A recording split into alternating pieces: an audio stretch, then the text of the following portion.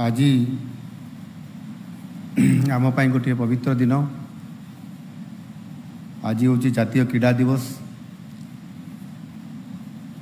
ये शुभ अवसर रे आज मंच रे बसी आमर मुख्य शासन सचिव श्री मनोज आहूजा, क्रीड़ा और क्रीड़ा युवसेवा विभाग प्रमुख शासन सचिव श्री भास्कर ज्योति शर्मा, क्रीड़ा और युवसेवा निर्देशक,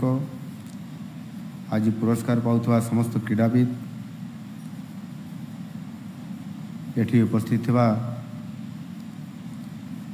समस्त मोर अति प्रिय भाई और भौणी माने,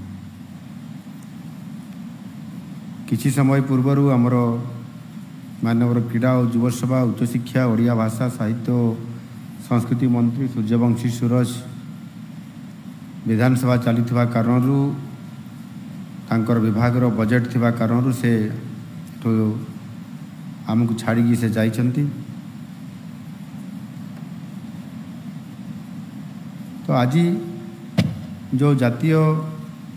क्रीड़ा दिवस हिसाब से आम पालन करुछंती, निश्चित भाव रे ये दिनटी तो आमको निश्चित भाव रे आज उत्साहित करुछि एवं विशेष करके जो क्रीड़ाविद माने, जो खिलाड़ी भाई भौणी माने, जो माने क्रीड़ा क्षेत्र रे निजे प्रतियोगिता रे भाग नहीं एवं विभिन्न इवेंट रे निजर स्वतंत्रता बजाय रखि पारिछंती एवं जो माने आम अंचल पाई, आम राज्य पाई एवं आम देश पाई एवं विशेष करिकी जो माने मध्य विश्व दरबार रे आम देशर एवं आम राज्यर प्रतिभा को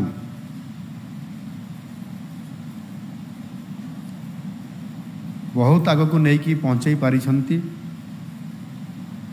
एवं समाने जो अदम्य उत्साह निज क्रीड़ा क्षेत्र में प्रदर्शन करिछंती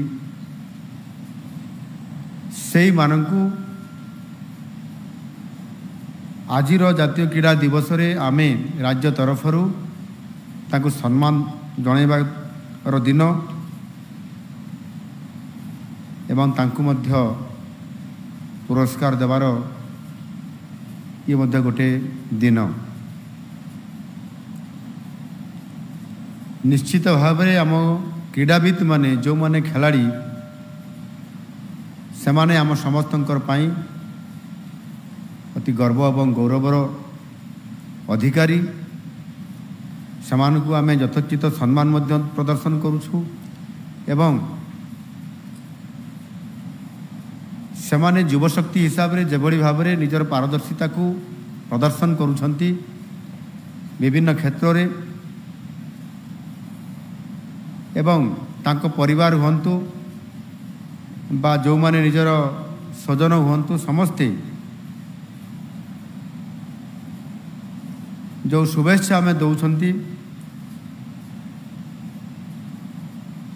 एवं आपण माने आपण मानकर त्याग साहस उत्कर्ष द्वारा जो माने आपण माने क्रीड़ाविद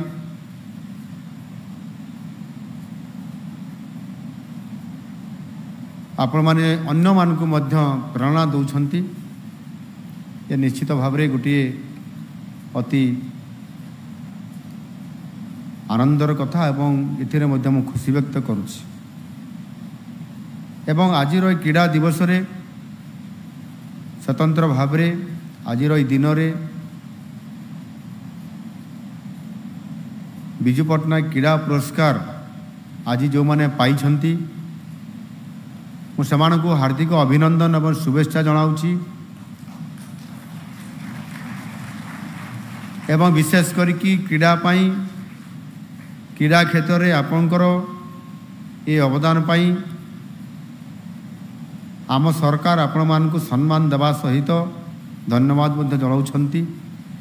ଏବଂ ଆମେ ଆପଣଙ୍କୁ ଉତ୍ସାହିତ ବି କରୁଛୁ ଆଗାମୀ ଦିନରେ ଯେତେବେଳେ ପୁନର୍ବାର ଆପଣମାନେ ମଇଦାନରେ ବା ଖେଳ ପଡ଼ିଆରେ ବା ଷ୍ଟାଡ଼ିୟମ୍ ଭିତରେ ଯେତେବେଳେ ଆପଣ ପ୍ରାକ୍ଟିସ୍ ବି କରୁଛନ୍ତି